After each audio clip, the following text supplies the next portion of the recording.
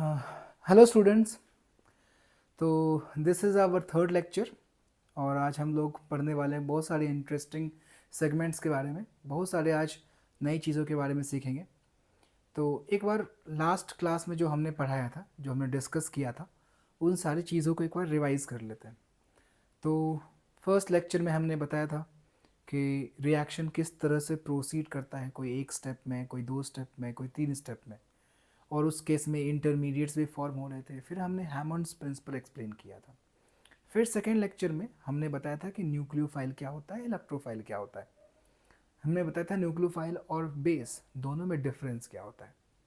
हमने ये बताया था कि न्यूक्लियोफाइल जो है वो अपना इलेक्ट्रॉन पेयर एक इलेक्ट्रोफिलिक कार्बन को देगा, और हमने एक्सप्लेन भी किया था कि इलेक्ट्रोफाइल होता क्या है, विच सीक्स इलेक्ट्रॉन पेयर।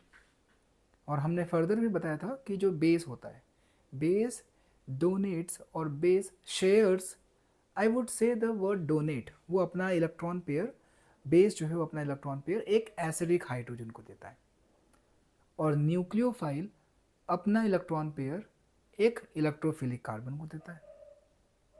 ये एक मेजर डिफरेंस था।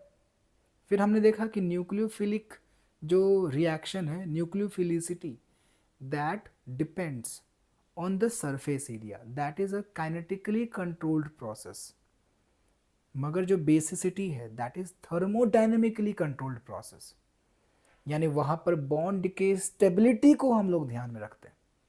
लेकिन न्यूक्लियोफिलिसिटी में हम लोग देखते हैं कि सर आसपास का एरिया क्राउडेड है क्या, आई मीन सरफेस एरिया अगर लार्जर है तो उससे क्या फ़र्क पड़ेगा।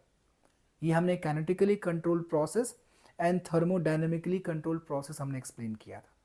Kinetically controlled process का मतलब the product in which the product ratio is determined by the rate of the products formed, ये हमने एक्सप्लेन किया था।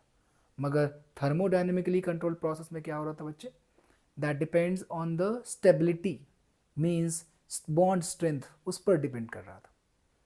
तो आज हम उसी सेगमेंट को कंटिन्यू कर रहे हैं and we will talk today about the factors affecting the nucleophilicity, यानी न्यूक्लियोफिलिसिटी को कौन कौन से वैसे फैक्टर्स हैं जो उसको अफेक्ट करने वाले हैं, यानी ऐसा क्या होगा जिससे न्यूक्लियोफिलिसिटी बढ़ सकती है या घट सकती है।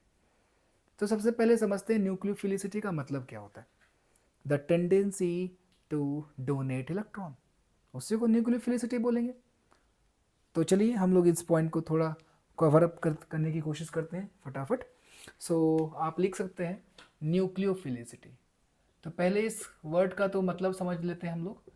न्यूक्लियोफिलिसिटी हमने भी जस्ट कहा tendency to donate the electron pair to electrophilic carbon, correct बोल सकते हैं, इलेक्ट्रोफिलिक कार्बन। अब ज़रा सा हमें एक बात बताओ आप लोग कि इलेक्ट्रॉन पेयर जो है या तो वो लोन पेयर हो सकता है या फिर पाई इलेक्ट्रॉन पेयर हो सकता है। हमने इसके बहुत सारे एग्जाम्पल पढ़े थे लास्ट क्लास में। या तो लोन पेयर भी हो सकता है या फिर पाई इलेक्ट्रॉन, यानी एक बस रिवाइज करवा दे रहे हैं। अगर हमने लिखा था CH2 डबल बॉन्ड CH2, क्या ये न्यूक्लियोफाइल है या नहीं है? बिल्कुल है, ये बिल्कुल है ये न्यूक्लियोफाइल। अगर हमने कहा था बेंजीन, तो बेंजीन भी हमारा एक न्यूक्लियोफाइल हो जाएगा। क्लियर है? सो नाउ लेट्स कंटिन्यू, हम लोग इन चीज़ों को आगे बढ़ते, आई मीन उन फैक्टर्स पर ध्यान देते हैं। So you can write the point factors affecting nucleophilicity. आप इन पॉइंट्स को लिख सकते हो फटाफट, फैक्टर्स अफेक्टिंग न्यूक्लियोफिलिसिटी। तो बच्चे सबसे पहले हम लोग देखेंगे चार्ज, आई मीन एक पॉइंट लिख रहे हैं, nucleophilicity is directly proportional to charge. अब इस लाइन का मतलब क्या है ज़रा समझने की कोशिश करते हैं। चार्ज से यहाँ पर मतलब है नेगेटिव चार्ज की बात कर रहे हैं हम लोग, ठीक है। और नेगेटिव चार्ज से मतलब हम लोग यहाँ पर कॉन्जुगेट बेस के बारे में कुछ कहना चाह रहे हैं, ये बताना चाह रहे हैं। मतलब शॉर्ट में हम इन सारी चीज़ों को लिख रहे हैं। कॉन्जुगेट बेस समझते हैं पहले। कि कॉन्जुगेट बेस होता क्या है। मान लो हमने आपको एक मॉलिक्यूल दिया, लेट से हमने दिया H2O। आपने आयनिक इक्विलिब्रियम में पढ़ा होगा, एसिड बेस थ्योरी में कॉन्जुगेट बेस बनता है। मतलब क्या होता है, एक मॉलिक्यूल दिया हुआ है, उसमें से एक H+ निकाल लो, जो स्पेशी बनेगा वही हमारा कॉन्जुगेट बेस कहलाएगा। यानी हमने इसमें से निकाल लिया एक H+, तो ये बन गया OH-। बना या नहीं बना? तो इसी स्पेशी के बारे में बात कर रहे हैं। अगर कंपैरिजन इन दोनों में हो तो इन दोनों में सबसे बेहतर न्यूक्लियोफाइल कौन सा है? ये है, और यही हमारा कॉन्जुगेट बेस भी कहलाता है। बात समझ में आ रही है बच्चे? इसी को कॉन्जुगेट बेस बोलते हैं। अब नाउ द पॉइंट इज कि nucleophilicity is directly proportional to charge, यानी we are comparing with its neutral molecule. तो यहाँ पर इसका समराइज्ड पॉइंट आप लिख सकते हो कि the charged species is a, charge species के ब्रैकेट में लिख लो आप कॉन्जुगेट बेस, ये लिख लो, conjugate base is a better nucleophile than its neutral molecule. ठीक है, आपने लिख लिया। तो इन एग्जाम्पल्स की बात करते हैं, इनके एग्जाम्पल्स की बात करते हैं। तो लिख लीजिए, जिसे हमने कहा H2O और OH-, ROH, RO-, H2S, HS-, RSH, RS-। तो आपको बताना है इसमें से बेहतर न्यूक्लियोफाइल कौन सा है, which one is the better nucleophile. This one will be the better one, this one will the better one, this one is the better one, and this one is the better nucleophile.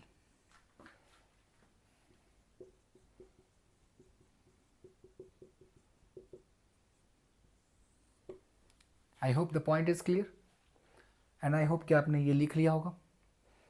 Then we will move on to the next point.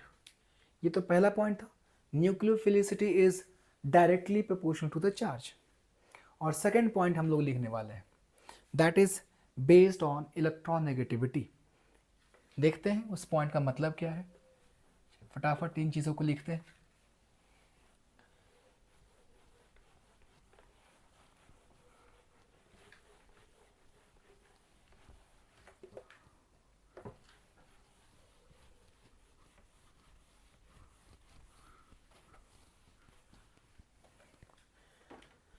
तो next point है बच्चे, nucleophilicity is inversely proportional two electron negativity. Electron negativity, लेकिन ये जो rule है बच्चे, this is applicable only across period in periodic table. इस line का मतलब समझते हैं, एक होता है डाउन द ग्रुप और एक होता है क्रॉस द पीरियड। यानी ये जो है अक्रॉस द पीरियड की बात हम लोग कर रहे हैं, डाउन द ग्रुप की बात नहीं कर रहे हैं। वहाँ पर कुछ अलग फैक्टर्स भी आएंगे, सॉल्वेंट का एक रोल आ जाएगा, तो उसको हम लोग स्पेशल कैटेगरी में देखेंगे। पहले हम नॉर्मल कंडीशंस देख रहे हैं। तो यहाँ पर लिखा है nucleophilicity is inversely proportional two electron negativity. अरे एक बात बताइए आप लोग, अगर इलेक्ट्रॉन नेगेटिविटी किसी एलिमेंट का इलेक्ट्रॉन नेगेटिविटी अगर ज़्यादा है तो उसके इलेक्ट्रॉन देने की टेंडेंसी ज़्यादा होगी या इलेक्ट्रॉन खींचने की टेंडेंसी ज़्यादा होगी? वो दूसरे एलिमेंट से इलेक्ट्रॉन खींचेगा, दूसरे एटम से इलेक्ट्रॉन खींचेगा, उसके इलेक्ट्रॉन खींचने की टेंडेंसी ज़्यादा होगी। कहने का मतलब electron negativity increases, tendency to attract the electron increases. तो फिर वो अपना खुद का इलेक्ट्रॉन कैसे किसी को देगा? आसानी से नहीं दे पाएगा। So you can apply the logic here कि अगर इलेक्ट्रॉन नेगेटिविटी बढ़ रही है तो वो अपने इलेक्ट्रॉन पेयर को आसानी से किसी को नहीं दे पाएगा, और अगर वो आसानी से अपने इलेक्ट्रॉन पेयर को नहीं दे पाएगा तो उसकी न्यूक्लियोफिलिसिटी कम हो जाएगी। And this rule is applicable across the period. यानी तो हम एक क्वेश्चन देख लेते हैं।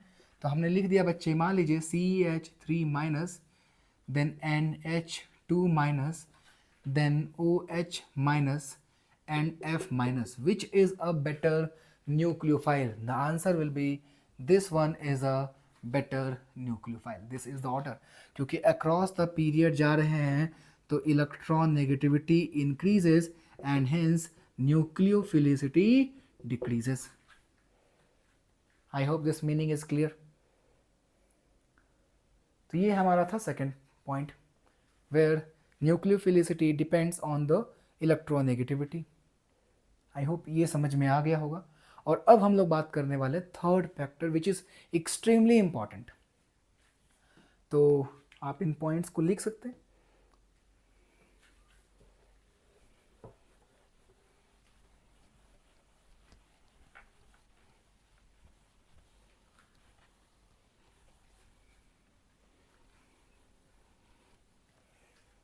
अब थर्ड फैक्टर की बात करते हैं।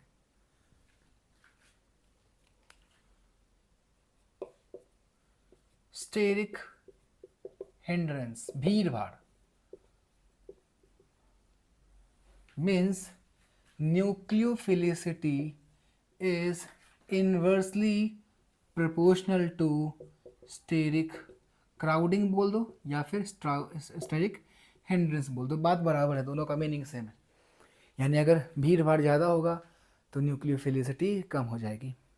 ये हमने लास्ट क्लास में एक्सप्लेन भी किया था, because this is a kinetically controlled process which depends on the surface area. यानी अगर बहुत बड़ा सरफेस एरिया है तो वहाँ पर न्यूक्लियोफिलिसिटी कम हो जाएगी। और इसको हम लोग समझते हैं with the help of an example. यानी हमने लिया सबसे पहले CH3O माइनस, देन हमने लिया CH3, एक second, let's make it CH2O minus, then I took CH3HO minus, and last में हमने लिख दिया टर्शरी ब्यूटॉक्साइड CH3CH3CH3O माइनस। ये हमारा हो गया, इसका नाम हो जाएगा टर्शरी ब्यूटॉक्साइड आयन। ये हमारा हो जाएगा आइसोप्रोपोक्साइड आयन, ये हमारा हो जाएगा इथॉक्साइड आयन, और ये हमारा हो जाएगा मिथॉक्साइड MEO। ठीक है। आपसे एक सवाल है कि इन चारों में किसकी न्यूक्लियोफिलिसिटी ज़्यादा होगी? ABCD डिक्रीजिंग ऑर्डर की बात करें, या फिर DCBA, क्या होगा? ABCD या DCBA? The answer will be ABCD।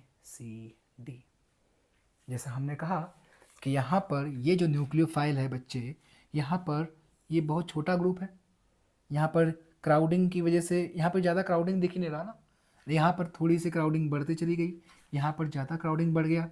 और अगर इसकी बात करें तो बड़ा सा सरफेस एरिया होगा या नहीं होगा, और उस केस में क्या इसकी न्यूक्लियोफिलिसिटी कम होगी या नहीं होगी? यानी यहाँ पर सरफेस एरिया यानी साइज़ की बात कर रहे हैं, जितना बड़ा साइज़ उतना उसका वीकर न्यूक्लियोफिलिसिटी। अच्छा, एक क्वेश्चन है कि यहाँ पर हम लोग पहले किस प्रायोरिटी को चेक करते हैं? तो पहले अगर हम लोग किसी भी न्यूक्लियोफाइल को चेक करें ना, तो सबसे पहले इलेक्ट्रॉन डोनर साइट्स चेक करते हैं। डोनर साइट्स, ये याद रखना, सबसे पहले डोनर साइट्स। अगर डोनर साइट्स सब में सेम हो जाए फिर हम लोग साइज कंपेयर करते हैं। तो यहाँ पर डोनर साइट्स सब में सेम है, O O O O, और उस केस में फिर हम लोग साइड ग्रुप को देखेंगे, यानी ब्रांचेस देखेंगे, सरफेस एरिया देखेंगे। जिसका बड़ा सरफेस एरिया उसकी nucleophilicity come. So the answer will B A greater than B greater than C greater than D. This is the order, nucleophilicity order. Nucleophilicity order.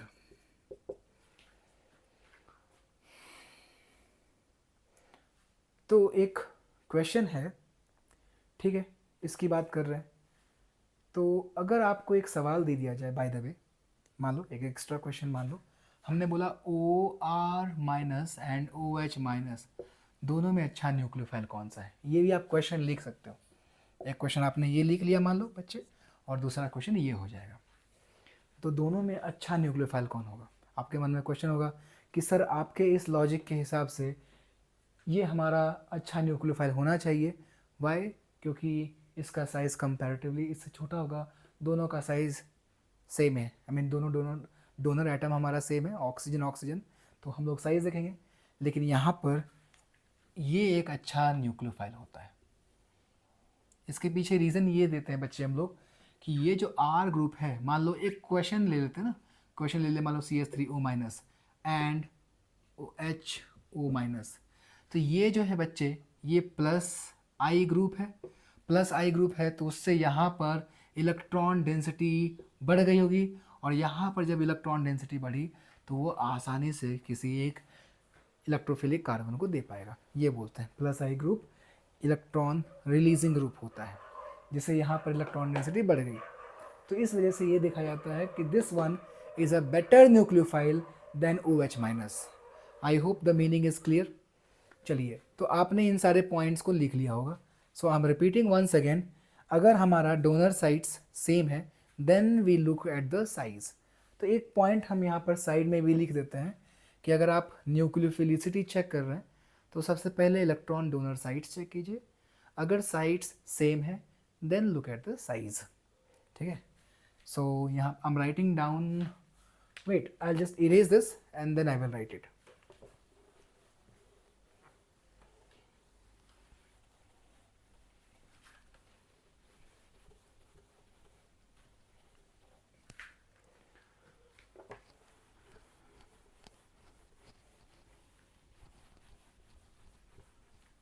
ठीक है,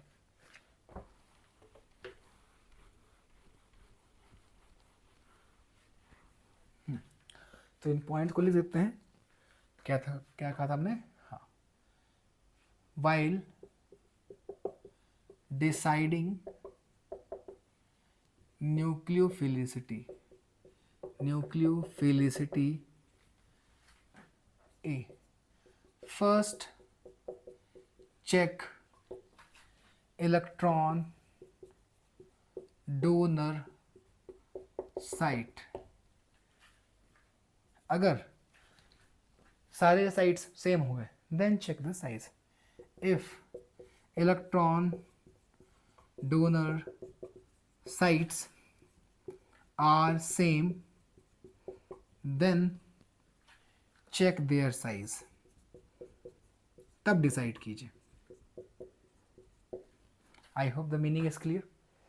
तो ये हमने आपको बता दिया न्यूक्लियोफिलिसिटी का थर्ड फैक्टर। पहला हमने क्या डिस्कस किया? चार्ज। दूसरा हमने डिस्कस किया इलेक्ट्रॉन नेगेटिविटी। और फिर तीसरा हमने डिस्कस क्या किया यहाँ पर? Steric hindrance, crowding. And now we are moving on to the fourth and very crucial topic, that is solvent, effect of solvent. उसके बारे में हम लोग ध्यान से समझेंगे। तो फिर से एक बार रिवाइज कर रहे हैं, चलिए एक बार फिर से रिवाइज कीजिए। पहला हमने क्या कहा? पहला हमने कहा charge specially is a better nucleophile than its neutral molecule. फिर हमने कहा इलेक्ट्रॉन नेगेटिविटी, अगर अक्रॉस द पीरियड जा रहे हैं तो इलेक्ट्रॉन नेगेटिविटी बढ़ रही है तो उस केस में उसकी न्यूक्लियोफिलिसिटी घट जाएगी। तीसरा हमने कहा स्टेरिक हिंड्रेंस यानी क्राउडिंग, अगर क्राउडिंग बढ़ेगा तो उसकी न्यूक्लियोफिलिसिटी कम हो जाएगी, यानी जितना कम क्राउडिंग उतनी ज़्यादा nucleophilicity. And then now you can write the fourth factor, that is solvent. और इसी चीज़ को हम लोग बहुत अच्छे से इन डिटेल समझने की कोशिश करेंगे। ये बहुत इंपॉर्टेंट सेगमेंट है। लास्ट लेक्चर में हमने लिखवाया था कि nucleophiles are crowd sensitive and nucleophilicity depends on the solvent also. हमने ये 2 पॉइंट लिखवाया था। तो अभी उसी पॉइंट्स को हम लोग आराम से डिस्कस करने वाले हैं।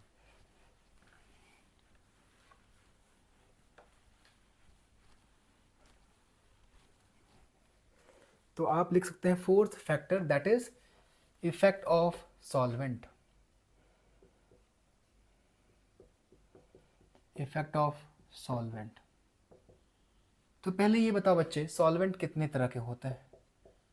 आप बोलोगे सर सॉल्वेंट दो तरह के होते हैं, एक होता है हमारा पोलर और एक होता है नॉन पोलर। एग्जैक्टली तो हम इसको तीन कैटेगरी में ही डिवाइड कर देते हैं।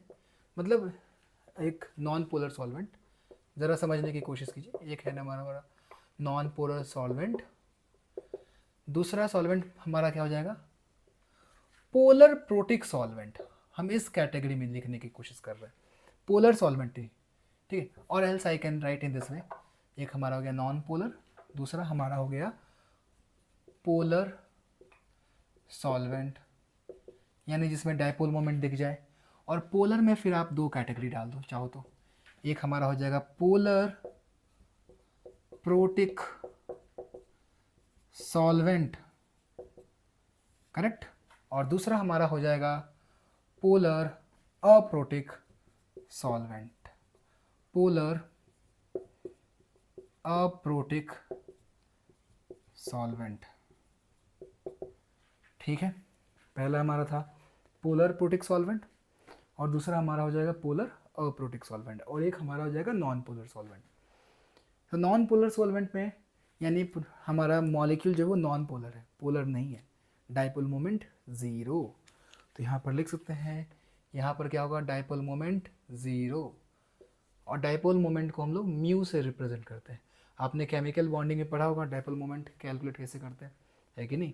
जिसकी इलेक्ट्रॉन नेगेटिविटी ज़्यादा है तो वो एटम इलेक्ट्रॉन को अपनी ओर खींचता है, जिसकी वजह से एक डायपोल क्रिएट होता है, और उसी के मोमेंट को, उसी के डिग्री ऑफ मेजरमेंट को हम लोग डायपोल मोमेंट बोलते हैं, और उसको म्यू से रिप्रेजेंट करते हैं। फॉर्मूला भी आता है mu is equal to Q into D. खैर वो केमिकल बॉन्डिंग की बात है, आपने वहाँ पढ़ा होगा। यहाँ पर पोलर प्रोटिक सॉल्वेंट, पहले एक जो इम्पॉर्टेंट पॉइंट है वो लिख लेते हैं कि इसका डायपोल मोमेंट ज़ीरो नहीं होता है, इसका भी डायपोल मोमेंट ज़ीरो नहीं होता है। अब इसमें अलग से लाइक पॉइंट्स पढ़ेंगे तो डिस्कस करेंगे, पहले इसकी बात करते हैं, इसके कुछ एग्जांपल्स देख लेते हैं। एग्जांपल में क्या हो जाएगा, मान लो हमने लिया C6H6 benzene, CCl4 carbon tetrachloride, CS2 carbon disulphide. So these are the non polar solvent. Polar solvent का मतलब क्या होता है, ब्रीफली लिख देते हैं यहाँ पर, विच, प्रोटिक वर्ड दिख रहा है यहाँ पर, मीन्स विच फर्निश और which gives H+, which furnishes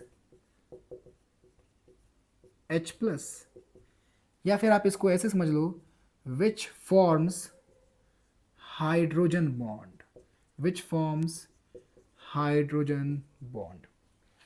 example क्या हो जाएगा बताइए, इसके एग्जाम्पल हो जाएंगे H2O होगा या नहीं होगा, ROH होगा या नहीं होगा क्योंकि ये H+ दे सकता है, RSH होगा या नहीं होगा क्योंकि ये भी H+ दे सकता है, RCOOH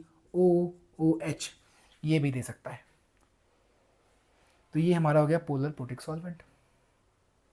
और उसके बाद हम लोग बात करने वाले हैं पोलर अप्रोटिक सॉल्वेंट। तो पोलर अप्रोटिक सॉल्वेंट में बोल सकते हैं which does not furnish H+, या फिर which does not form hydrogen bond. Examples की बात कर लें, इसके एग्जाम्पल्स क्या हो जाएंगे, इसके एग्जाम्पल हो जाएंगे कीटोन लिख सकते हैं, RCOR कीटोन है बच्चे। दूसरा हमारा ईथर हो जाएगा क्या, ROR। देखो ये भी जो है ना, ये भी, इस पे भी हाइड्रोजन, मतलब उसमें हाइड्रोजन नहीं होना चाहिए, एसिडिक हाइड्रोजन नहीं होना चाहिए, ये कहने का मतलब। और क्या लिख लें, बहुत कॉमन है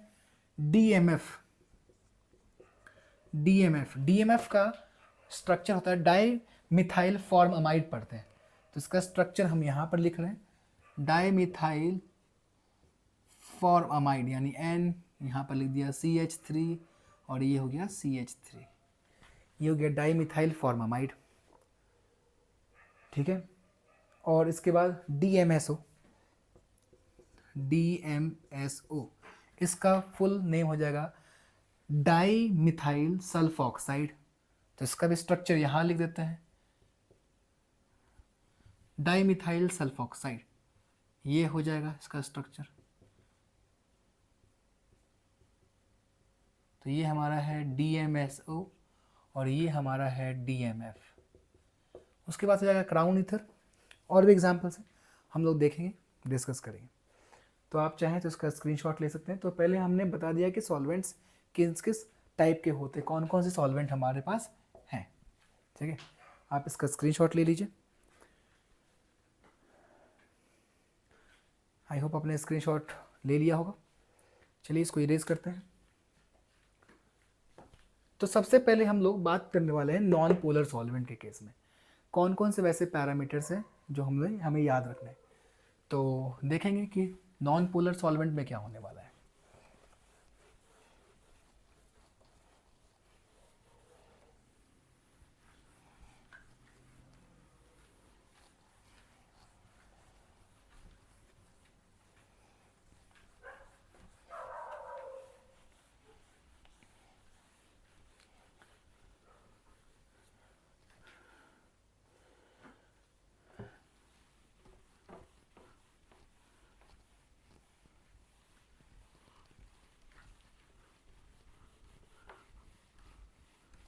चलिए, तो अब हम लोग बात करने वाले हैं सबसे पहले nucleophilicity in the non polar solvent, यानी केस नंबर 1।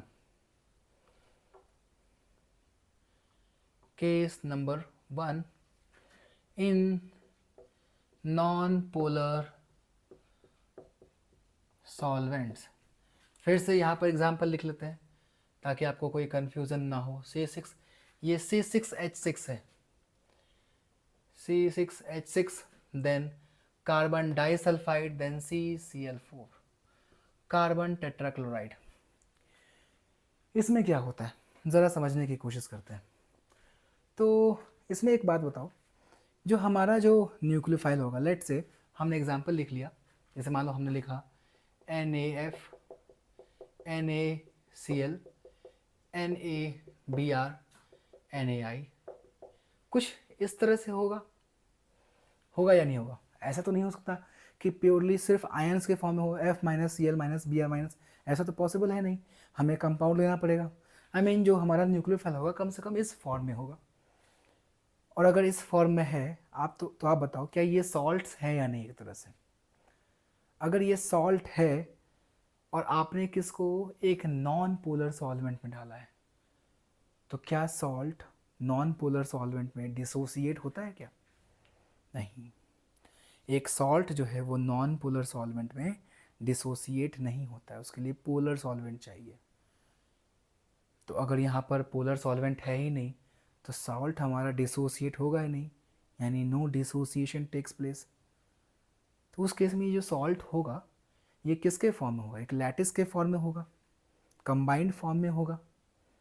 अगर कंबाइंड फॉर्म में होगा तो अब आप एक बात बताओ कि कैसे वो एक स्ट्रॉन्ग न्यूक्लियोफाइल की तरह बिहेव करेगा, यानी इन सब में से अच्छा न्यूक्लियोफाइल कौन सा होगा?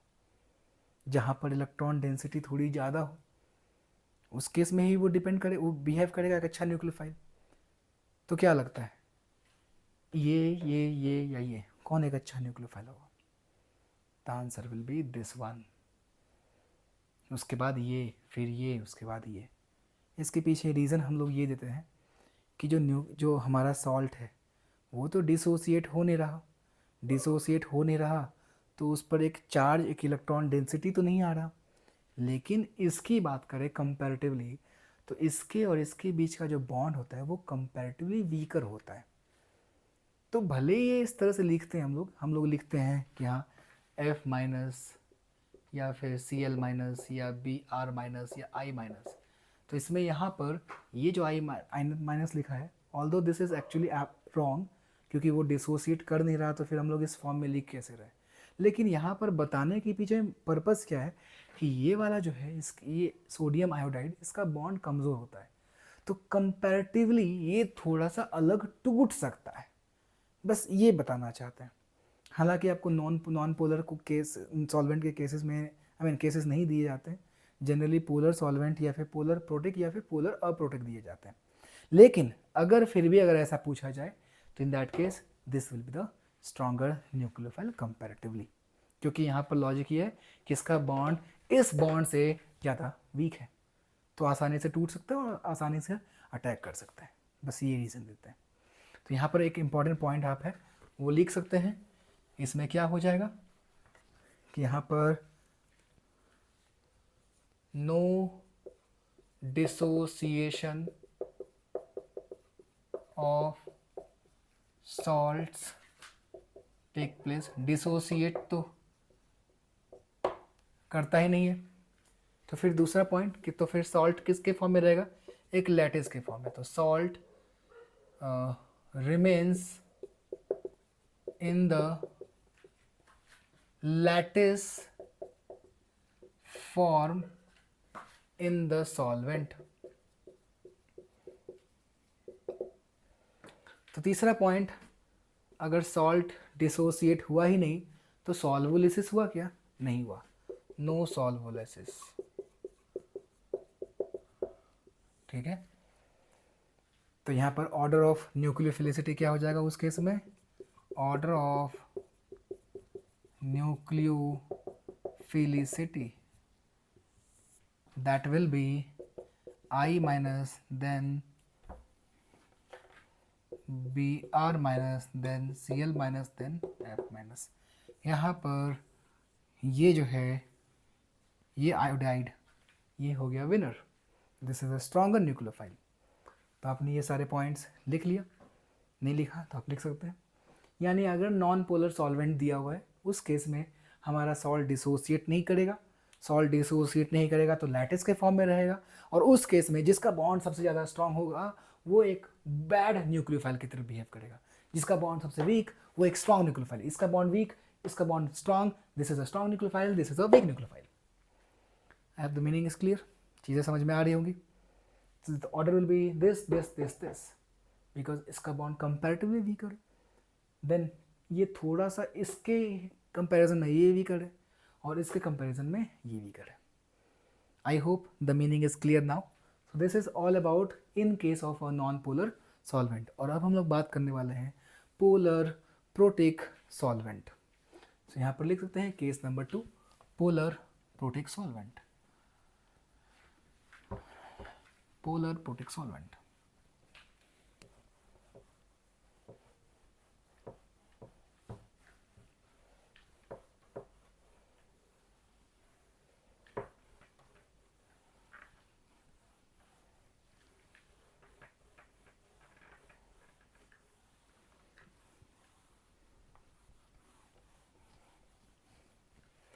so next point is case number 2,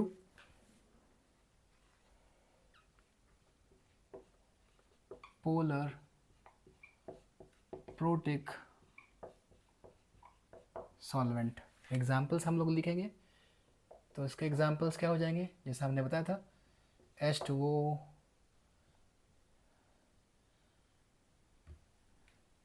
ROH, RSH etcetera, RCOOH, ये सब हमारे पोलर प्रोटिक सॉल्वेंट है।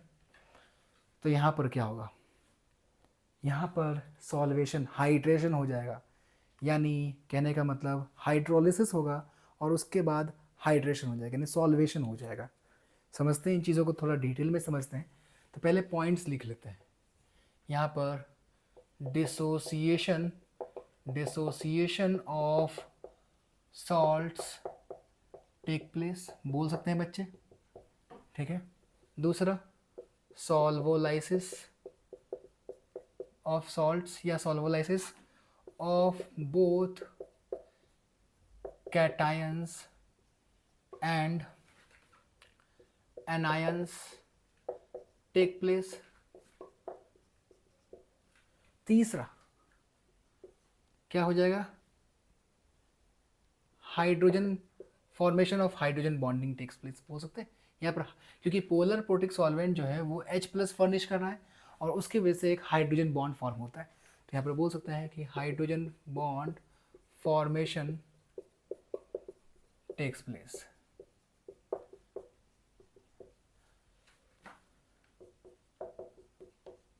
अब समझते हैं इन चीज़ों को। इसका मतलब क्या हुआ, मान लो आपने लिया सबसे पहले NaF, तो यहाँ पर क्या हो जाएगा कि ये Na+ और F- में टूटेगा। अब ये जब आयंस में टूट चुका है तो ये जो पॉजिटिव पार्ट है ये हमारे पोलर सॉल्वेंट का नेगेटिव पार्ट को अट्रैक्ट करने की कोशिश करेगा, यानी ये अट्रैक्ट करेगा OH2- इस तरह से, और इसी प्रोसेस को हम लोग बोलते हैं सॉल्वोलाइसिस, और वाटर के केस में इसको हाइड्रोलिसिस बोलते हैं। यहाँ पर आ जाएगा, इस प्रोसेस को सॉल्वेशन बोलते हैं, सॉरी आई मीन वाटर के हेल्प से तोड़ना, that is called as hydrolysis या सॉल्वोलाइसिस, और ये जो प्रोसेस हो रहा है वो सॉल्वेशन इसको बोलते हैं। तो आप यहाँ पर सॉल्वेशन लिख सकते हैं, ठीक है, सॉल्वेशन लिख लीजिए इसको, सॉल्वेशन, सॉल्वेशन। तो यहाँ पर हो जाएगा हमारा H2O डेल्टा-, इस तरह से हमने कर दिया। और उसी तरह ये जो है ये पॉजिटिव आयन को अपनी ओर अट्रैक्ट करेगा और एक हाइड्रोजन बॉन्ड फॉर्म हो जाएगा, और इस तरह से जब वो हाइड्रोजन बॉन्ड फॉर्म करेगा तो क्या, अब आप बताओ, एक यहाँ पर एक क्वेश्चन है हमारा,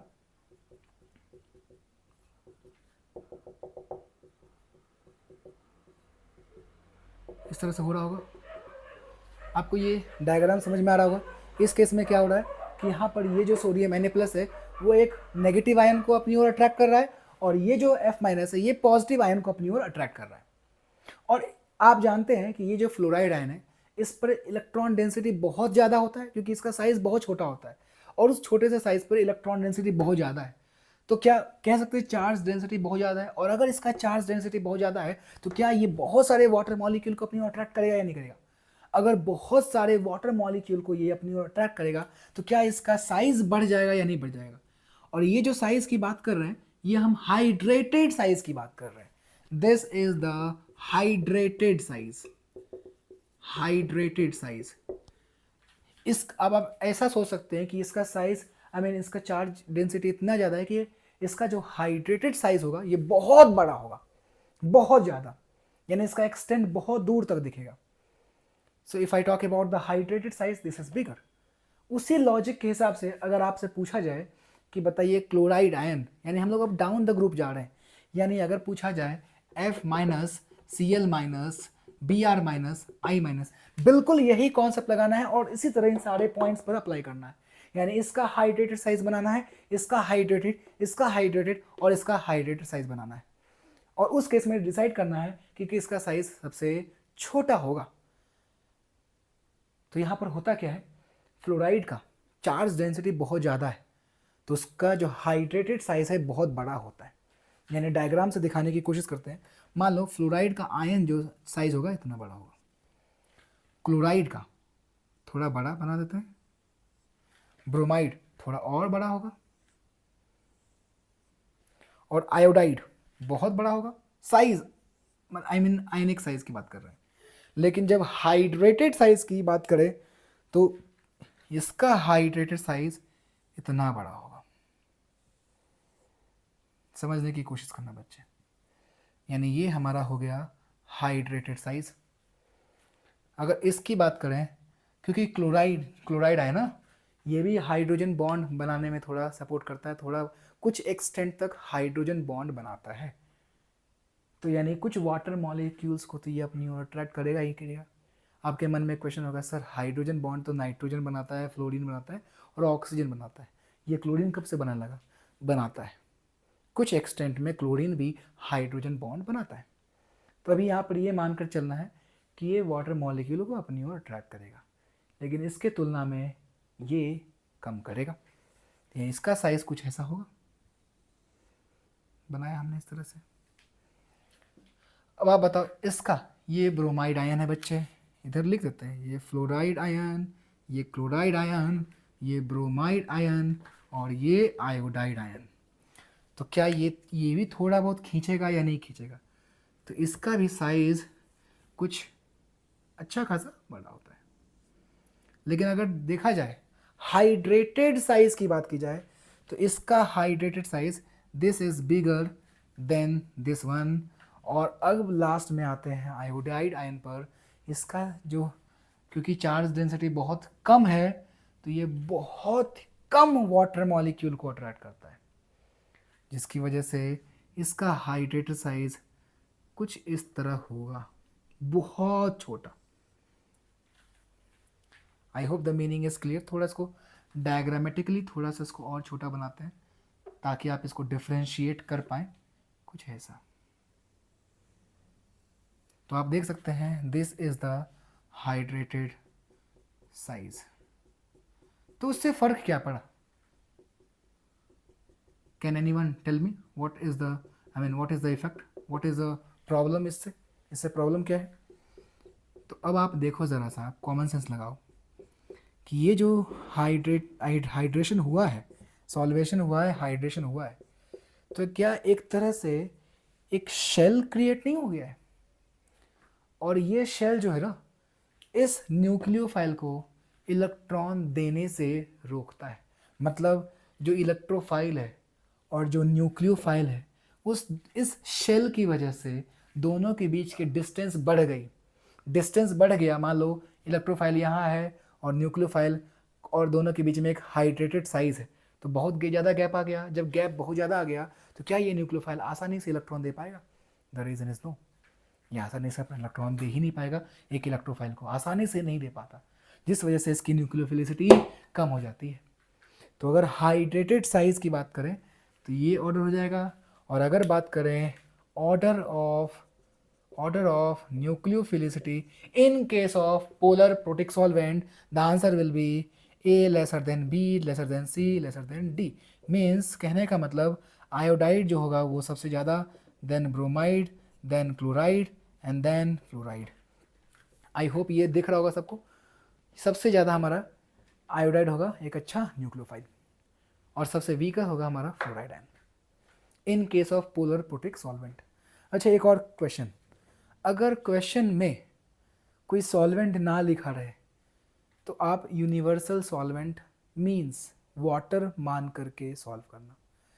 फिर से रिपीट कर रहे, अगर कोई भी सॉल्वेंट क्वेश्चन में अगर कोई भी सॉल्वेंट मेंशन ना हो तो वाटर मान करके उस क्वेश्चन को सॉल्व कर लेना।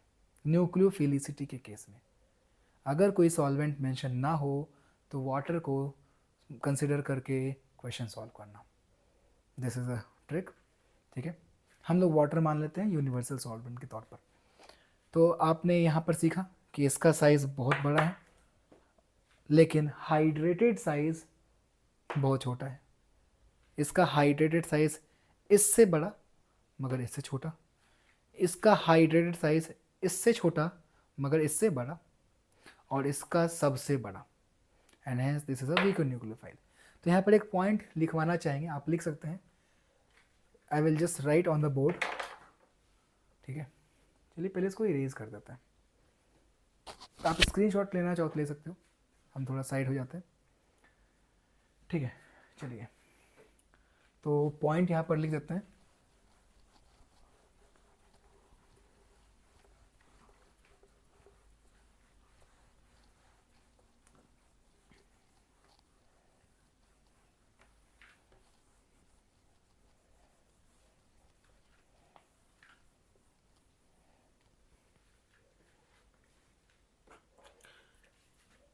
द, इसका आंसर लिख सकते हो, I mean explanation. The polar protic solvent creates a shell around the nucleophile,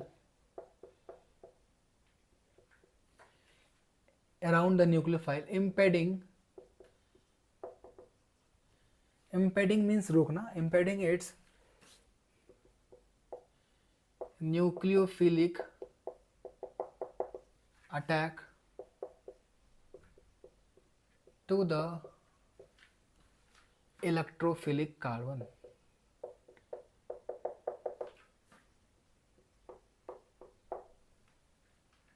ठीक है, impeding the nucleophilic attack to its electrophilic carbon।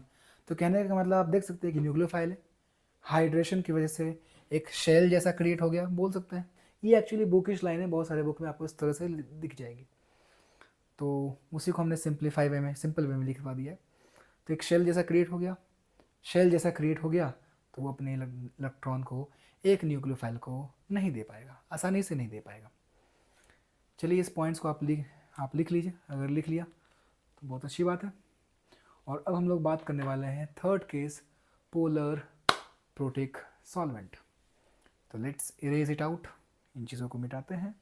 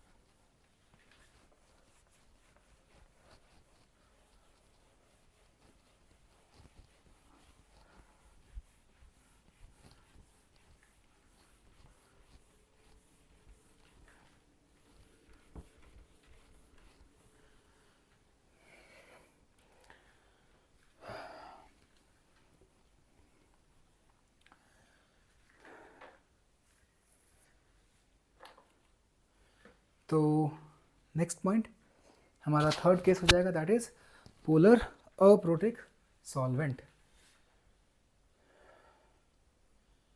Case number 3, polar aprotic solvent. कौन कौन से वैसे सॉल्वेंट हो सकते हैं ज़रा देखते हैं। तो हमने एग्जाम्पल में लिखा था RCOOR, कीटोन हो सकता है बच्चे। देन ईथर हो सकता है बच्चे, या नहीं हो सकता। या फिर पता है इसका नाम क्या है? इसका नाम है THF। THF शॉर्ट में, इसका फुल फॉर्म हो जाएगा टेट्रा हाइड्रोफ्यूरेन। ठीक है, THF हो गया। फिर हम लोग लिखेंगे ईथर, ईथर तो लिख दिया है। हाँ, क्राउन ईथर। क्राउन ईथर में बहुत सारे एग्जाम्पल्स हैं, आपको हम उन सारे एग्जाम्पल्स को थोड़ा लिखवा देते हैं। क्राउन ईथर जैसे कि मान लो हमने ऐसा लिख दिया,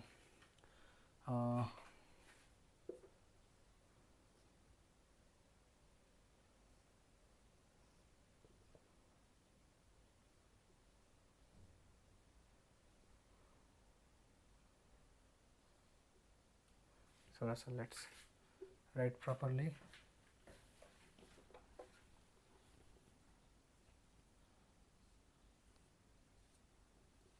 ठीक है,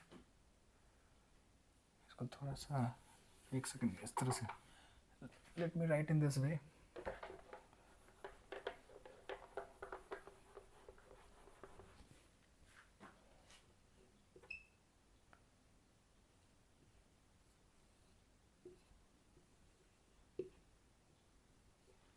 इस तरह से इसका नाम हो जाता है, इस क्राउन ईथर का नाम होता है, यहाँ पे आप देख सकते हैं लोन पेयर है। ठीक है, इसका नाम हो जाएगा 12 क्राउन 4। इसका नाम होता है 12 क्राउन 4, मतलब कि 4 ऑक्सीजन है तो 12 क्राउन 4। फिर हमारा आता है 15 क्राउन 5। 15 क्राउन 5 का स्ट्रक्चर कुछ ऐसा हो जाएगा।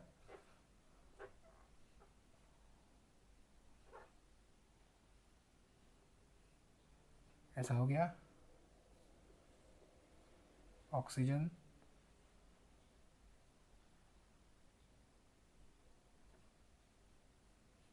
ये this one 1 2 3 4 5। So this is your 15 crown 5। और उसी तरह एक और क्राउन ईथर होता है 18 क्राउन 6। उसमें 3 ऊपर 3 नीचे, तो आप इस तरह बना सकते हो। थोड़ा डायग्राम सही से बनाना।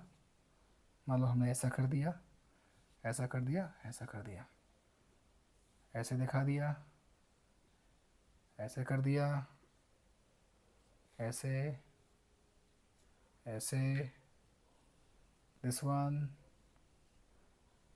This one. ये जितने भी दिख रहे हैं ना आपको, ये कार्बन है बच्चे, ये कार्बन, ठीक है, कार्बन है ये सब, ये सारे पॉइंट्स कार्बन है हमारे। यहाँ पर भी ये पॉइंट कार्बन, दो कार्बन, दो, दो दो चार, दो छः, दो आठ, दो 10। यहाँ पर 2 2 4 2 6 2 8। तो खैर इसका नाम है, ऊपर लिख देते हैं, यहाँ पर इसका नाम हो जाएगा 15 क्राउन 5। इसका, इस क्राउन ईथर का नाम हो जाएगा 18 क्राउन 6।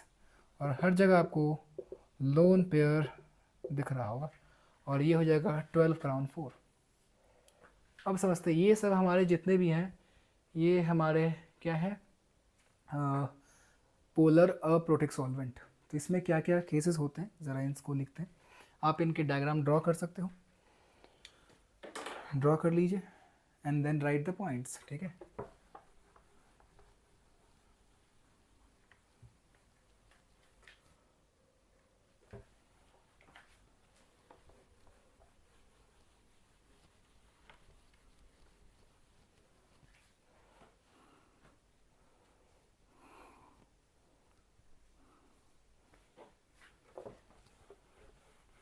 पंद्रह मिनट का सेशन और बचा हुआ है, तो बस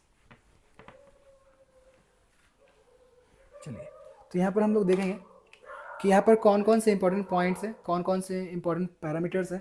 पहला कि यहाँ पर सॉल्वोलिसिस होता है, आई मीन सॉल्ट डिसोसिएट होते हैं, बिल्कुल, सॉल्ट्स गेट डिसोसिएटेड, बिल्कुल, क्योंकि हमारा पोलर सॉल्वेंट है, तो पोलर सॉल्वेंट है तो हमारा सॉल्ट डिसोसिएट होगा, because like dissolves in like and polar dissolves in polar, non polar dissolves in non polar. तो यहाँ पर हो गया।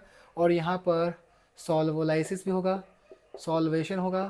तो सॉल्वेशन यहाँ पर किसका होगा, एनायन का या कैटायन का। अब समझने की बात यहाँ पर है कि सिर्फ और सिर्फ कैटायन का यहाँ पर सॉल्वेशन होता है, एनायन का सॉल्वेशन नहीं होता है। ज़रा समझने की कोशिश करेंगे।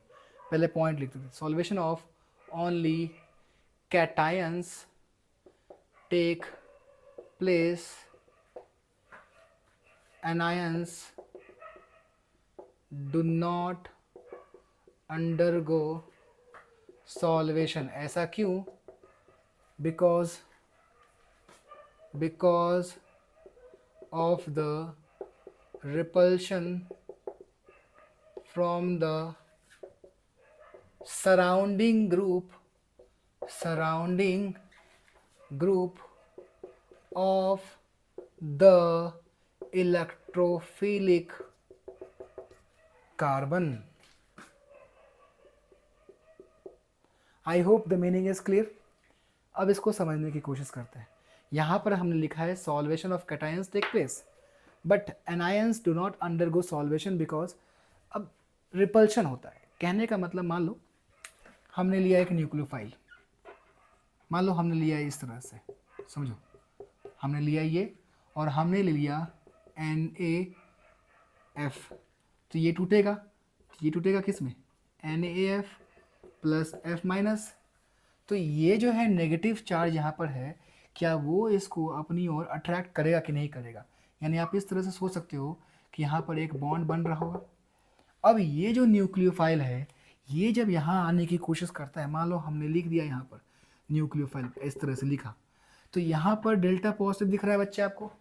तो ये जब इससे अट्रैक्ट करने की कोशिश करता है इस सॉल्वेंट से, तो उसी मोमेंट ये जो ग्रुप है, ये दोनों ग्रुप इस न्यूक्लियोफाइल को यहाँ पर आने ही नहीं देता है, यहाँ पर रिपल्शन हो जाता है, जिसकी वजह से सिर्फ और सिर्फ कैटायन तो सॉल्वेट हो जाता है, मगर एनायन का सॉल्वेशन नहीं हो पाता है। अगर हम बात करें, एक कोई क्राउन ईथर ले लेते हैं, उससे अगर समझाने की कोशिश करें तो ज़रा देखिए क्या होता है। ये तो आपको समझ में आ गया। एक और एग्जांपल ले लेते हैं। आपने मान लो ले लिया क्राउन इथर लेट से 15 या फिर 18 क्राउन 6 ले लिया, तो ज़रा सा सोचो 18 क्राउन 6 का स्ट्रक्चर कैसा था? ऐसा था, ऐसा था 18 क्राउन 6 का स्ट्रक्चर, आपने ऐसे दिखाया था।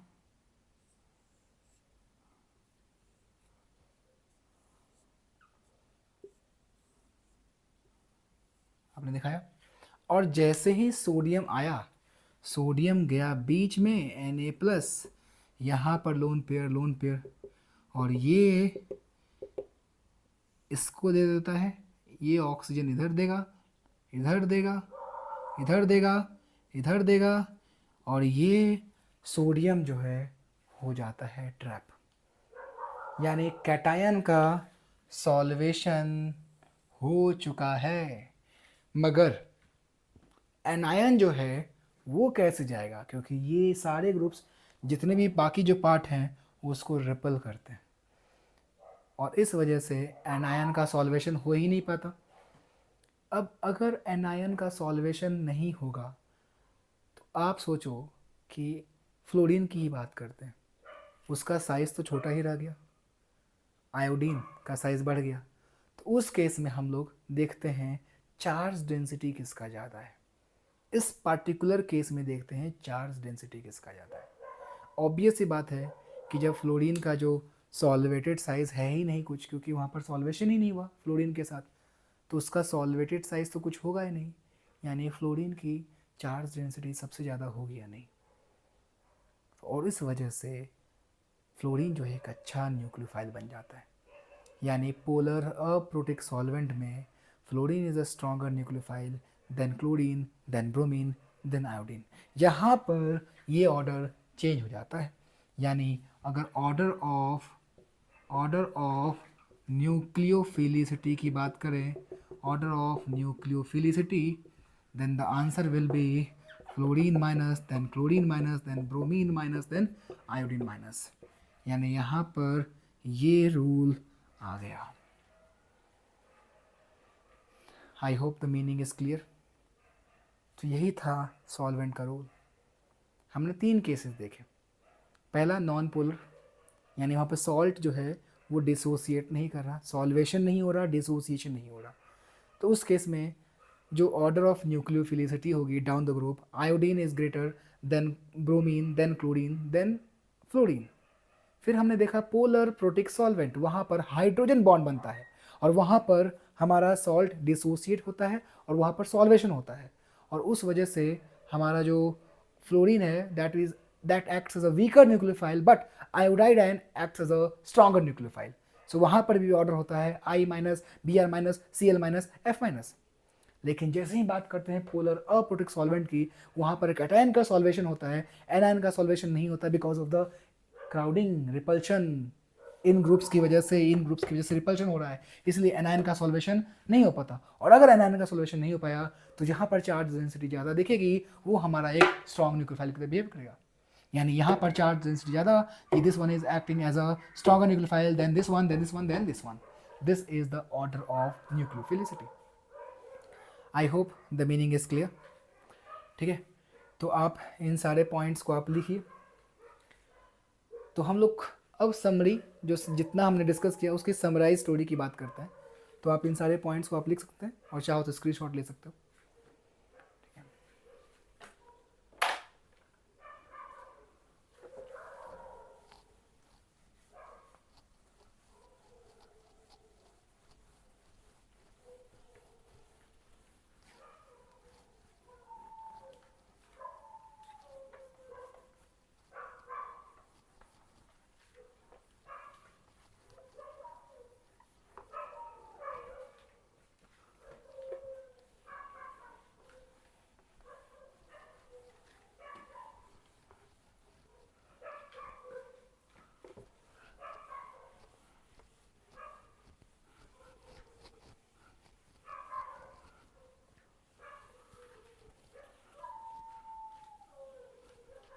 चलिए, तो अब हम लोग बात करने वाले हैं कुछ इंपॉर्टेंट पॉइंट्स के बारे में। तो आप लिख सकते हैं इस तरह से, लिख लीजिए, सम इम्पॉर्टेंट पॉइंट्स यानी अगर हम लोग बात कर रहे हैं अक्रॉस द पीरियड, सबसे पहले बात करते हैं अक्रॉस द पीरियड। अगर हम लोग अक्रॉस द पीरियड चल रहे हैं तो न्यूक्लियोफिलिसिटी डिक्रीजेज क्योंकि इलेक्ट्रॉन नेगेटिविटी इंक्रीजेस। अगर बेसिसिटी की बात करें, बेसिसिटी, तो बेसिसिटी का भी ऑर्डर बिल्कुल वही होता है, यानी basicity also decreases as we go across the period. तो आप ऐसे बोल सकते हो कि across the period both nucleophilicity and basicity decreases. Across the period both nucleophilicity and basicity decreases. Just hold a second.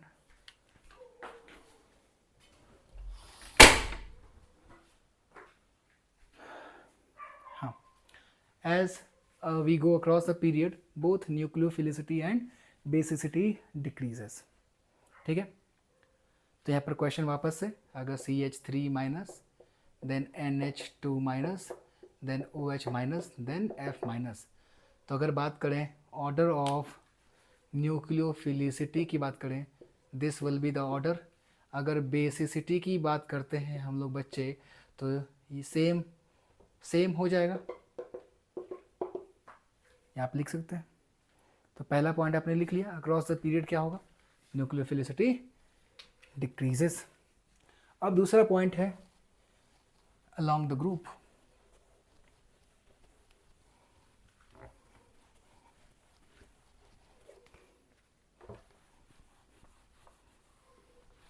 दूसरा पॉइंट है along the group। तो along the group क्या होगा, डाउन द ग्रुप। तो आप लिख सकते हैं down the group, down the group. अगर हम लोग पोलर प्रोटिक सॉल्वेंट की बात कर रहे हैं, क्योंकि यहाँ पर हमने ये माना है कि हमारे पास सॉल्वेंट नहीं दिया हुआ क्वेश्चन में, that means we will take the universal solvent which is water, and water is a polar protic solvent. तो उस केस में डाउन द ग्रुप क्या हो जाएगा, न्यूक्लियोफिलिसिटी इंक्रीजेस, लेकिन बेसिसिटी जो होगा वो डिक्रीजेस। मीन्स बोल सकते हो कि nucleophilicity and basicity are anti parallel to each other down the group, down the group. क्या आप ये बोल सकते हो कि न्यूक्लियोफिलिसिटी तो बढ़ रहा है, यानी ऑर्डर क्या हो जाएगा, F then Cl then Br then I, ये हमारा हो जाएगा न्यूक्लियोफिलिसिटी का ऑर्डर।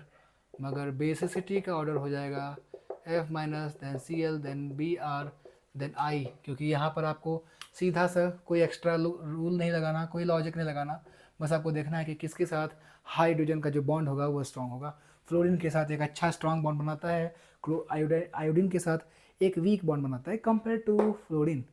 तो वहाँ पर तो हम लोग थर्मोडायनेमिकली स्टेबिलिटी चेक करते हैं, यानी बॉन्ड स्ट्रेंथ चेक करते हैं, and hence basicity decreases along the down the group. Clear है। तीसरा पॉइंट लिख सकते हैं आप लोग ये कि higher the donor site, higher the donor site, higher the nucleophilicity, higher the donor site, higher is the nucleophilicity। यानी कहने का मतलब कि अगर आपसे पूछा जाए NH2 इसको बोलते हैं हाइड्राजीन, मान लो ये दिया बच्चे, ठीक है, और आपसे पूछ लिया जाए कि ये है और दूसरा हमारा क्या हो जाएगा NH3, दोनों में अच्छा न्यूक्लियोफाइल कौन होगा, the answer is this much. ठीक है, एक और क्वेश्चन अगर हमने ले लिया O माइनस OH और एक तरफ ले लिया OH, तो कौन सा एक अच्छा न्यूक्लियोफाइल होगा, दिस वन। बात आई समझ में? लेकिन अगर आपसे पूछा जाए सेम क्वेश्चन, लेकिन अगर ये तो अगर गैशियस स्टेट में पूछा जाए तब क्या होगा? यानी ये जो है हम लोग ये कंसिडर कर रहे हैं अज्यूमिंग क्या? सॉल्वेंट, पोलर सॉल्वेंट, ठीक है। तो आपके मन में एक बाय द वे सवाल होगा कि सर ऐसा हुआ क्यों, मतलब why this is a good nucleophile. भाई मेरे दो लोन पेयर है, दोनों के बीच में रिपल्शन होगा कि नहीं होगा? रिपल्शन होगा तो क्या ये अपना लोन पेयर देना चाहेगा कि नहीं चाहेगा? रिपल्शन कम करना चाहेगा ना, तो एक लोन पेयर दे देगा तो इसकी जो रिपल्शन है वो कम हो जाएगी, यानी न्यूक्लियोफिलिसिटी बढ़ जाएगी। आप ऐसे सोचिए। प्लस ये भी सोचिए कि दो दो डोनर साइट है, तो नंबर ऑफ इलेक्ट्रोफाइल पर मॉलिक्यूल वो कम होगा ना, दो दो साइट है, यहाँ पर तो एक ही डोनर साइट है, तो रेट भी हमारा बढ़ जाएगा। खैर अगर बात करते हैं हम लोग गैशियस स्टेट में, यानी इन गैसेस, तब क्या हो जाएगा? यानी हमने लिख दिया NH2 इसके और NH3 के केस में बात करें तो उस केस में आंसर हमारा ये हो जाएगा। अगर बात करते हैं O- OH तो हमारा OH- हो जाएगा। ऐसा क्यों? यानी यहाँ पर ट्रेंड क्यों चेंज हो गया? क्योंकि तब गैस के केस में इसको आपको एक -I ग्रुप की तरह देखना है, ये वाला हमारा -I ग्रुप की तरह देखोगे, या फिर अगर आप इसकी बात करते हो आप इस ग्रुप को देख सकते हो -I ग्रुप की तरह देख सकते हो, और उस केस में क्या होगा? -I group withdraws the electron, तो उस केस में यहाँ से ये इलेक्ट्रॉन इधर खींचेगा तो यहाँ से इलेक्ट्रॉन डेंसिटी कम होगा या नहीं होगा? अगर इलेक्ट्रॉन डेंसिटी कम होगा तो फिर ये दूसरे को आसानी से कैसे दे पाएगा, लेकिन यहाँ पर इलेक्ट्रॉन डेंसिटी ज़्यादा होगा। यानी गैस के केस में आपको ये लॉजिक लगाना है, ये हमारा -I ग्रुप वाला फैक्टर, ठीक है, ये भी -I। लेकिन अगर नॉर्मली सॉल्वेंट की बात करें तो this will be the order. तो आपने ये 4-5 पॉइंट देख लिया, 3 पॉइंट हमने डिस्कस किया, this were the summary. So that's all for this lecture. हमने आज क्या क्या डिस्कस किया? हमने न्यूक्लियोफिलिसिटी के बारे में बेसिकली डिस्कस किया। एक बार गो थ्रू करते हैं ऊपर से नीचे। हमने बात किया सॉल्वेंट के बारे में, पहले फैक्टर्स के बारे में बात किया। In a negative charge is a stronger nucleophile than its not neutral molecule, means the conjugate base is a better nucleophile than its neutral molecule. Second case, as we go across the period, electron negativity increases और फिर electron donate करने की tendency decreases, means nucleophilicity decreases. Third, steric hindrance, crowding, क्योंकि nucleophilicity crowd sensitive होता है, तो अगर बल्कि ग्रुप रहेगा तो उसकी न्यूक्लियोफिलिसिटी कम हो जाती है, इसलिए हमारा methoxide ion was a good better nucleophile than tertiary butoxide. हमने फिर एक और पॉइंट बताया कि उस केस में सबसे पहले हम लोग अगर किसी की भी न्यूक्लियोफिलिसिटी चेक करते हैं तो सबसे पहले हम लोग इलेक्ट्रॉन डोनर साइड देखते हैं, अगर डोनर साइड सेम हो गया तो फिर बल्कि नेचर देखते हैं। Then we discuss about the solvents, non-polar, polar protic solvent and polar aprotic solvent. Non-polar के केस में ऑर्डर क्या था? Iodide I greater than Br then Cl then fluorine. Polar protic solvent के केस में भी क्या था? Nucleophilicity increases down the group, but polar aprotic solvent के केस में nucleophilicity decreases down the group. अगर आपको ये सारे पॉइंट्स याद हो गए तो बस एक हम लोग क्वेश्चन अभी करने वाला है, just one question, and this is a question from a very good book. चलिए हम लोग इस क्वेश्चन को करते हैं। आपके मन में क्वेश्चन होगा कि सर आप तो थ्योरी ही पढ़ा रहे हो, क्वेश्चन तो करवा नहीं रहे। तो करेंगे हम लोग धीरे धीरे, क्वेश्चंस भी करेंगे, पहले कुछ चीज़ें आपको आनी चाहिए तब आप सोच सकते हो।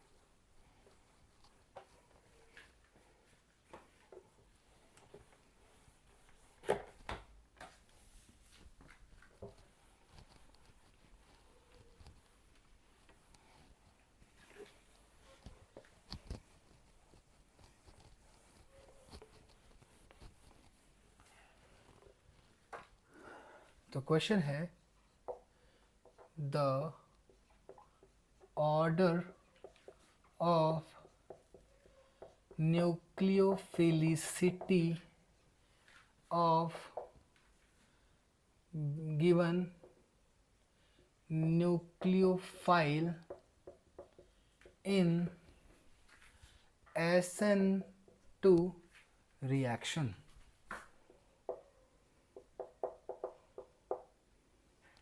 ऑप्शन है, आई मीन रिएजेंट्स है, रिएजेंट्स नहीं, आई मीन न्यूक्लियोफाइल है CH3O minus, CH3 CH2O minus, then CH3 CH3O minus, then CH3 thrice CO minus, and then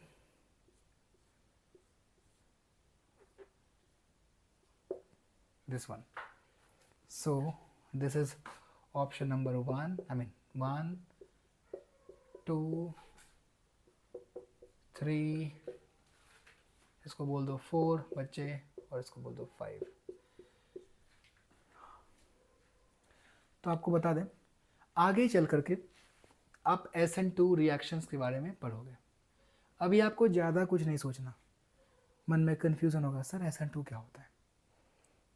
अभी के लिए बस सिंपल सा आंसर है, SN2 means polar aprotic solvent. बस इतना समझ लो, मतलब अगर ये दिया हुआ है तो पोलर अप्रोटिक सॉल्वेंट होगा। बस जब ये टर्म आएगा SN2 आगे चल करके तो डिस्कस करेंगे। अभी आपको इससे ये मीनिंग निकालना था कि सॉल्वेंट कैसा है, पोलर अप्रोटिक सॉल्वेंट। तो उस केस में हम लोग चार्ज डेंसिटी देखेंगे। अब देखा हमने सब में डोनर साइट सेम है, तो फिर हम लोग बल्कि नेचर देखेंगे। यानी सबसे पहले आपको क्या लगता है कि ये छोटा सा ग्रुप है या नहीं है, यानी इसकी न्यूक्लियोफिलिसिटी सबसे ज़्यादा होगी क्योंकि यहाँ पर रिपल्शन सबसे कम, यानी पहला हमारा हो जाएगा 1। उसके बाद क्या ये होगा कि नहीं होगा, इथाइल। बिल्कुल, आई होप आप सब लोग अग्री कर रहे होंगे। तीसरा हमारा ये होगा कि नहीं होगा, क्योंकि ये भी कंपैरेटिवली बाकी तो से छोटा ही तो ग्रुप है भाई। अब आपको डाउट इसमें क्या लगता है, दिस वन, ये बहुत बड़ा सा ग्रुप है, इसका नाम है टर्शरी ब्यूटॉक्साइड। बहुत बड़ा बल्कि ग्रुप है, मिथाइल तो खुद में एक बल्कि ग्रुप होता है, ये बहुत बड़ा बल्कि ग्रुप है और इस वजह से इसकी न्यूक्लियोफिलिसिटी इससे ज़्यादा है, मीन्स 5 एंड लास्ट में आ जाएगा 4। So this is the order. आपके मन में डाउट आ रहा होगा कि सर ये दिखने में इससे बड़ा लग रहा, ये वाला दिखने में बड़ा लग रहा, लेकिन नहीं, दिस वन इज बिगर। क्योंकि उसका शेप कुछ ऐसा होगा, ज़रा देखो ना, ऐसा शेप होगा।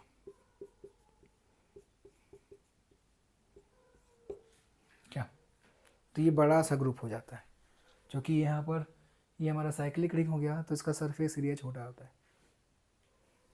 रिंग का साइज, रिंग होने की वजह से इसका सरफेस एरिया छोटा हो जाता है इसके कंपैरिजन में, and hence this will be better nucleophile than this. I hope आपको ये सारी चीज़ें समझ में आ गई होंगी। आप लेक्चर 1 बार 2 बार देखिए, इन सारे पॉइंट्स को आप नोट डाउन कीजिए, नोट्स बनाइए और इन सारी चीज़ों को आप रिवाइज कीजिए। तो मिलते हैं हम लोग नेक्स्ट लेक्चर में। So in the next lecture we will discuss very important thing, यानी हम लोग कुछ अच्छे नए इंटरेस्टिंग टर्म्स के बारे में बात करने वाले हैं, जैसे न्यूक्लियोफाइल क्या होता है, आई मीन कौन कौन से न्यूक्लियोफाइल होते हैं। एक हार्ड न्यूक्लियोफाइल होता है, एक सॉफ्ट न्यूक्लियोफाइल होता है, उसी तरह हार्ड इलेक्ट्रोफाइल, सॉफ्ट इलेक्ट्रोफाइल होता है। तो आपको रिएक्शन मैकेनिज़्म, रिएक्शन डिसाइड करने में आसानी होगी जब आप इन सारी चीज़ों को आप ध्यान से सुनेंगे। So yes, thank you so much for this lecture. मिलते हैं फिर नेक्स्ट लेक्चर में। Thank you guys.